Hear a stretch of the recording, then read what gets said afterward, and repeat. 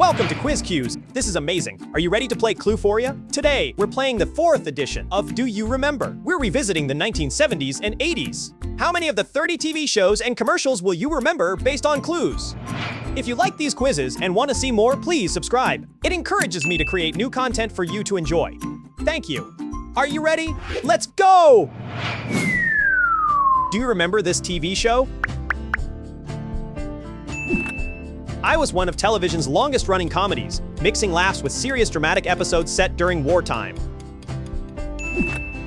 My theme music was an instrumental on the show, but the original recording featured lyrics written by a teenager. My final episode drew over 100 million viewers and still holds the record for most watched scripted broadcast. MASH! It was the acclaimed TV dramedy that ran for 11 seasons from 1972 to 1983, following army surgeons at a mobile hospital during the Korean War. Its theme, Suicide is Painless, originally featured lyrics written by director Robert Altman's teenage son, and the series won 14 Emmy Awards, including Outstanding Comedy. Do you remember this TV show? I was a hit action series about a resourceful secret agent who traveled the world on dangerous assignments. My lead actor's signature hairstyle became one of the most iconic looks on 1980s TV. A simple paperclip and a roll of duct tape were my most famous improvised tools. MacGyver.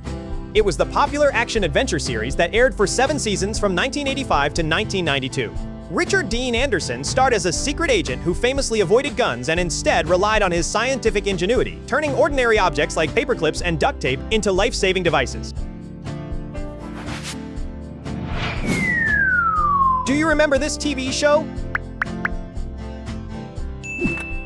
My opening credits featured a neon sign shaped like a coffee cup on a desert highway.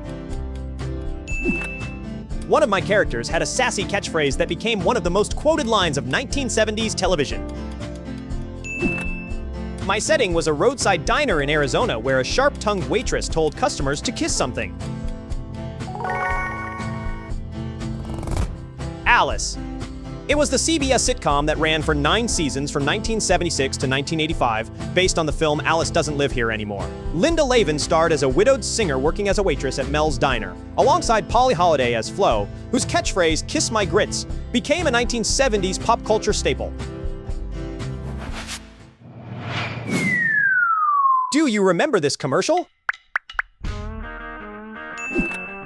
My mascot was a muscular figure whose origin story said he arrived on Earth from a magic genie bottle. A small piece of jewelry worn on my mascot's ear was a distinctive feature for decades. Just squeeze my bottle, and my powerful cleaning formula does the hard work for you. Mr. Clean. The iconic household cleaner debuted in 1958 with a mascot originally illustrated by Richard Black. The bald, earringed character became one of the most recognizable advertising icons worldwide, appearing in commercials for over 6 decades. Do you remember this commercial? I was a healthy snack whose 1980s ad campaign turned me into a pop culture phenomenon with albums, toys, and a TV special.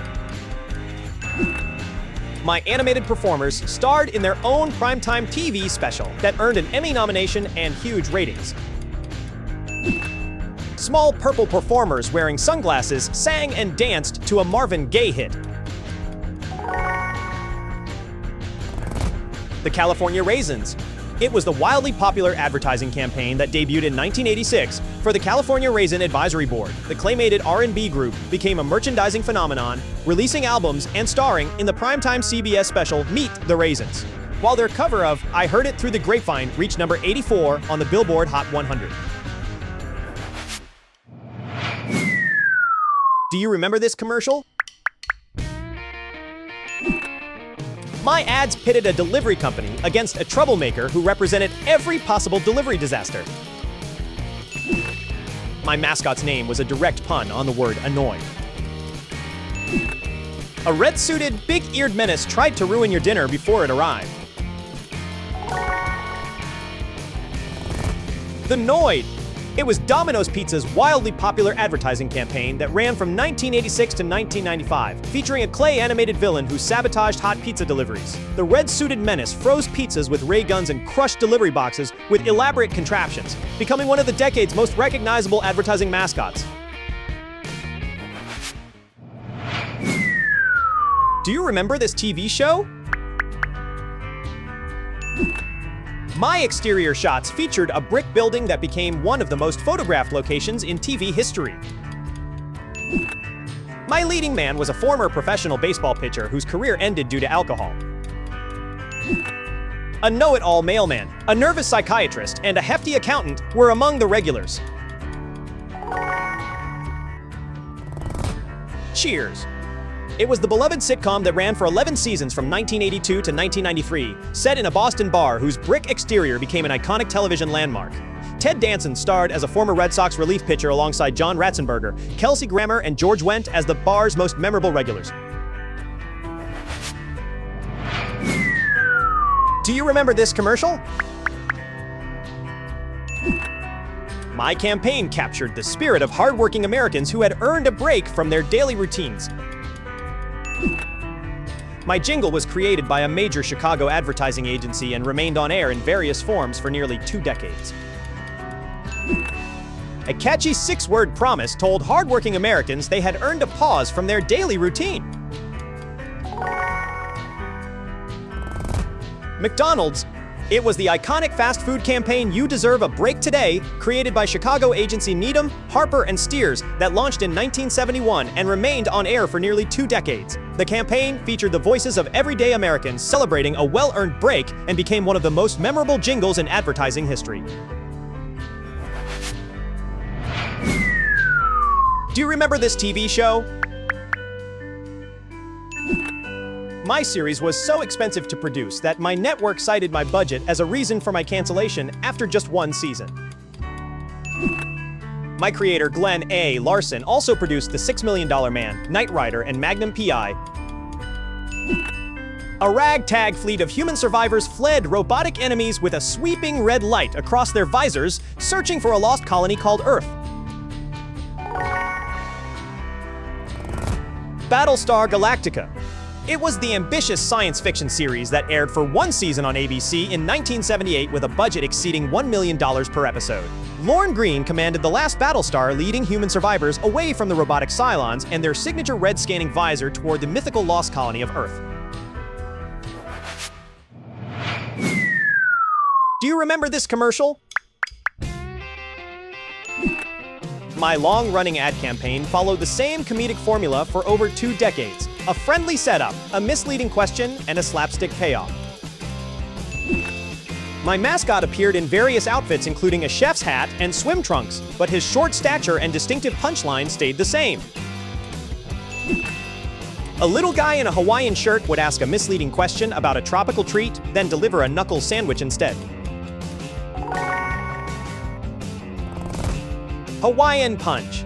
It was the long-running advertising campaign for the tropical red beverage created in 1934, using the same slapstick formula from 1961 through the 1980s. The iconic mascot Punchy offered an unsuspecting victim a fruity drink with the catchphrase, "How about a nice Hawaiian punch?" before delivering his signature wallop. Do you remember this TV show? My creator was already one of the world's best-selling novelists before he ever made a television series. My tagline used one word to mean both a homicide and a chaotically fated first meeting. A tuxedo-clad couple, their butler Max, and a rescue dog they found on the freeway investigated murders among the jet set. Heart to Heart. It was the mystery series that ran for 5 seasons on ABC from 1979 to 1984, created by novelist Sidney Sheldon. Robert Wagner and Stefani Powers starred as the glamorous couple, with Lionel Stander as their butler Max, and the tagline, "When they met, it was murder," played on the double meaning of their fateful meeting and the crimes they solved. Do you remember this commercial? My campaign featured a stately woman in a goddess-like gown who was repeatedly deceived during mealtime. My lead was played by Dana Dietrich, a Broadway veteran whose commanding presence made the ads unforgettable. When the regal woman tasted what she thought was butter, thunder roared as she declared it unwise to deceive her. Chiffon margarine. It was the margarine campaign that ran throughout the 1970s and 1980s, starring Dana Dietrich as a majestic Mother Nature figure in flowing robes. Each commercial featured her tasting the spread, believing it was butter, followed by thunder and her famous warning, "It's not nice to fool Mother Nature." Do you remember this TV show? My series was filmed not in Hollywood, but at a studio just outside London, England. My creator was a visionary puppeteer who got his start on local Washington, D.C. television before conquering the world. A green amphibian tried to keep order among his chaotic troupe of performers while introducing a new famous face each week. The Muppet Show. It was the variety series that ran for 5 seasons from 1976 to 1981, filmed at Elstree Studios near London rather than in Hollywood. Jim Henson created the show featuring Kermit the Frog as the harried host trying to direct his chaotic troupe of puppet performers alongside a different celebrity guest star each week.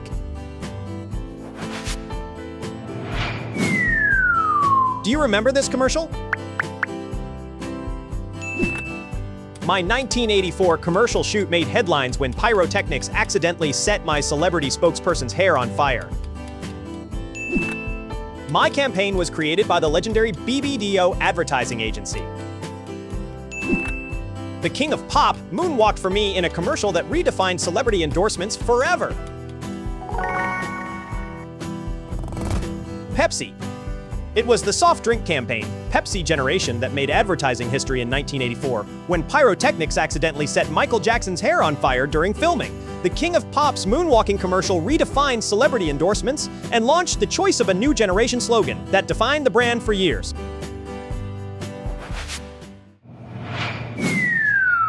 Do you remember this TV show?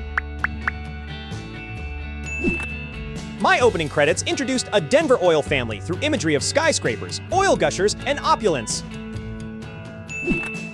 A legendary diva arrived in Season 2 as a scheming ex-wife and completely transformed the show's dynamic. Alexis and Crystal's legendary fight in the Carrington Lily Pond became one of the most famous catfights in television history. Dynasty. It was the opulent primetime soap that aired for 9 seasons on ABC from 1981 to 1989, centered on the wealthy Carrington oil family in Denver. Joan Collins arrived in Season 2 as the scheming ex-wife Alexis, and her rivalry with Linda Evans as Crystal culminated in their legendary Lily Pond Brawl, one of the most famous catfights in television history. Do you remember this commercial? My commercial posed a mathematical question about my product that was never answered on screen. A wise bird in glasses offered to solve the puzzle but gave up after only 3 attempts. A boy asked a cow, a fox, and a turtle before a bespectacled bird crunched down to end the mystery. Tootsie Pop. It was the iconic lollipop campaign. How many licks does it take? First created in 1970 by the ad agency Donor, that has run continuously for over 50 years. Engineering students at Purdue University later calculated that it takes an average of 364 licks to reach the chewy Tootsie Roll center, though Mr. Owl famously gave up after just 3.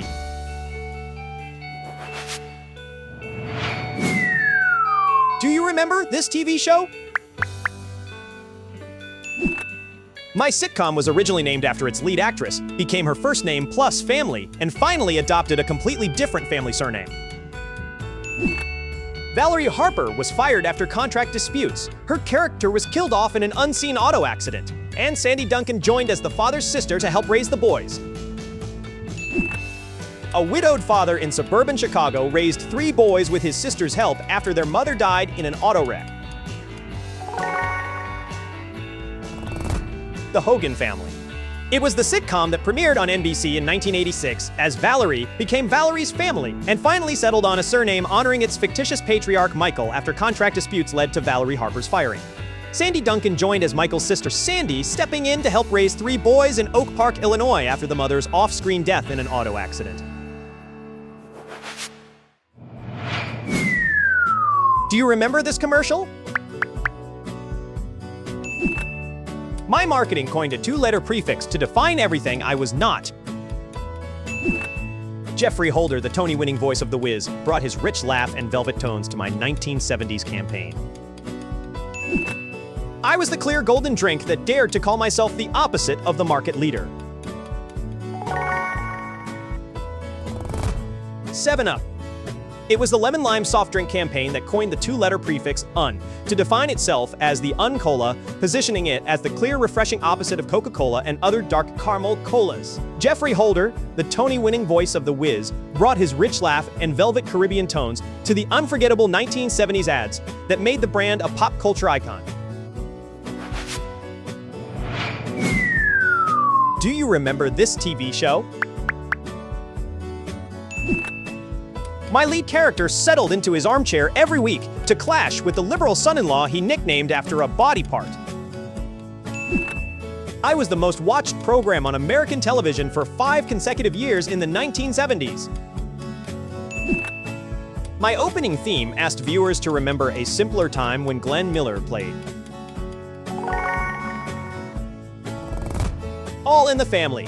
It was the groundbreaking sitcom that ran for 9 seasons from 1971 to 1979, created by Norman Lear and centered on Carol O'Connor as the outspoken Queens dock worker Archie Bunker. Gene Stapleton played his devoted wife Edith, while Rob Reiner portrayed the liberal son-in-law nicknamed Meathead, and the show's theme, "Those Were the Days," invited America to remember the simpler times.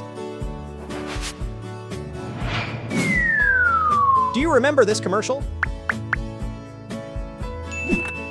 My mascot was a giant, smiling container with a face, arms, and legs who loved to make a dramatic entrance. My ads featured kids in suburban backyards who somehow always needed a sudden, dramatic rescue. My commercials ended with a wall-shattering crash and the triumphant 2-word shout, "Oh yeah!" Kool-Aid. It was the powdered drink mix that debuted in 1927 and became a pop culture phenomenon through its 1970s and 1980s advertising campaigns. The Kool-Aid Man would crash through brick walls to the triumphant shout, "Oh yeah!" whenever kids in suburban backyards needed rescue from thirst on a hot summer day, or from a thirsty baseball team that had run out of refreshments. Do you remember this TV show? My detective agency was run by a former model and a wisecracking scoundrel whose romantic tension kept viewers guessing. I turned an unknown bartender actor into one of Hollywood's biggest action stars before he ever picked up a machine gun. The Marcells' 1961 doo-wop hit Blue Moon played over my opening credits, used ironically about a detective agency that was rarely open at night. Moonlighting. It was the detective dramedy that ran for 5 seasons from 1985 to 1989 on ABC, created by Glenn Gordon Caron. Sybil Shepherd played former model Maddie Hayes, and Bruce Willis played wisecracking private eye David Addison, whose will they, won't they romantic tension drove the series. Do you remember this commercial? I was created in 1885 in Waco, Texas, with a secret blend of 23 flavors that made me neither a cola nor a root beer.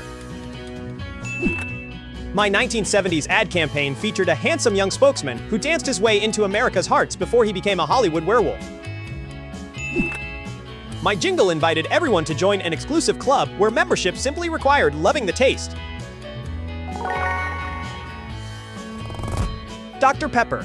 It was the soft drink created in 1885 in Waco, Texas, by pharmacist Charles Alderton, who blended 23 flavors into something neither cola nor root beer. David Naughton starred in the 1970s Be a Pepper ads, dancing his way into America's hearts 2 years before he became an American werewolf in London, while the jingle's invitation to join an exclusive club of enthusiasts made the brand a cultural phenomenon. Do you remember this TV show? My opening credits showed a Vermont road leading to the Stratford Inn where I work. I was a top 30 CBS hit during my 8th-season run. My finale revealed my entire run had been a dream of Chicago psychologist Bob Hartley. Newhart. It was the sitcom that ran for 8 seasons from 1982 to 1990 on CBS, created by Barry Kemp. Bob Newhart played innkeeper Dick Loudon at the Stratford Inn in Vermont, alongside Mary Fran as his wife Joanna. While the legendary 1990 finale revealed the entire series had been a dream of his previous character, Chicago psychologist Bob Hartley from The Bob Newhart Show. Do you remember this commercial? I was the breath freshener that contained a unique sparkling crystal ingredient no competitor could copy. My jingle used playful repetition to hammer home that I was really 2 products living in a single package. My ads always ended with 2 actors arguing over what I was until they realized I was both. Certs. It was the breath mint that debuted in 1956 and featured the proprietary sparkling Crystal Retsin, a unique ingredient no competitor could copy. The iconic 222 mints in 1 jingle used playful repetition to celebrate its dual identity as both a breath mint and a candy mint, while the famous "It's a breath mint, it's a candy mint" tagline resolved the debate in every ad.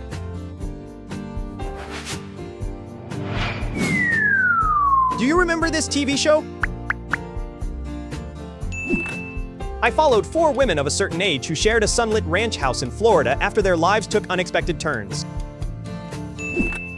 I won TV's top comedy prize, and all 4 of my leads won Emmy Awards for their performances during my run. Andrew Gould's 1978 soft rock hit "Thank You for Being a Friend" became my beloved theme song. The Golden Girls. It was the sitcom created by Susan Harris that ran for 7 seasons from 1985 to 1992, following B. Arthur, Betty White, Rue McClanahan, and Estelle Getty as 4 women sharing a sunlit Miami ranch house after divorce and unexpected upheaval brought them together. The series won the Emmy for Outstanding Comedy Series in 1986, and 3 of its 4 leads won individual Lead Actress Emmys. Do you remember this commercial? I was the fast food chain that promised you could build your meal exactly how you wanted it, not how a corporate manual dictated. My jingle celebrated individuality at a time when my biggest rival was famous for speed and sameness. My song gave specific instructions for customization, starting with 2 condiments many customers preferred to skip. Burger King. It was the fast food chain founded in 1954 that let customers build their meals exactly how they wanted. The iconic 1974 Have It Your Way campaign celebrated individuality at a time when McDonald's was famous for speed and sameness. The song's opening line, "Hold the pickles, hold the lettuce," gave specific instructions for customization that became a pop culture catchphrase. Do you remember this TV show? I was the late-night show where a different famous face took the helm each week, guiding a repertory cast through wild sketch comedy. I was the comedy launchpad that turned unknown performers into household names across 4 decades. My opening declaration became one of the most quoted phrases in television history. Saturday Night Live. It was the groundbreaking sketch comedy series created by Lorne Michaels that premiered in 1975 on NBC at 11:30 p.m. on Saturdays, where a rotating guest host guided a repertory cast through wild live comedy. The show launched the careers of Chevy Chase, Gilda Radner, Bill Murray, and Eddie Murphy across 4 decades. While the opening cry, "Live from New York, it's Saturday night," became one of the most quoted phrases in TV history. Do you remember this commercial? My brand was represented by a magnificent hitch of giant feather-footed draft horses that appeared in my most famous ads. My late 1970s campaign turned a simple toast into an anthem for everyday working people. My most watched commercials aired during the biggest football game of the year and became an annual tradition. Budweiser. It was the American lager founded in 1876 that became synonymous with a magnificent hitch of giant feather-footed Clydesdale draft horses appearing in its most famous advertisements. The late 1970s This Bud's For You campaign turned a simple toast into an anthem for everyday working people, while its Clydesdale commercials airing during the Super Bowl starting in 1986 became an annual tradition watched by millions.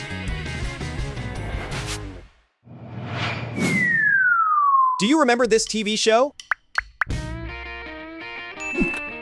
Matt Frewer played me, the stuttering, wisecracking host who appeared to be computer-generated and lived in a dystopian TV future. I crossed over from British television to become the spokesman for Coca-Cola in iconic 1980s Catch the Wave ads. My name was born when my creator saw a warning sign in a parking garage. Max Headroom.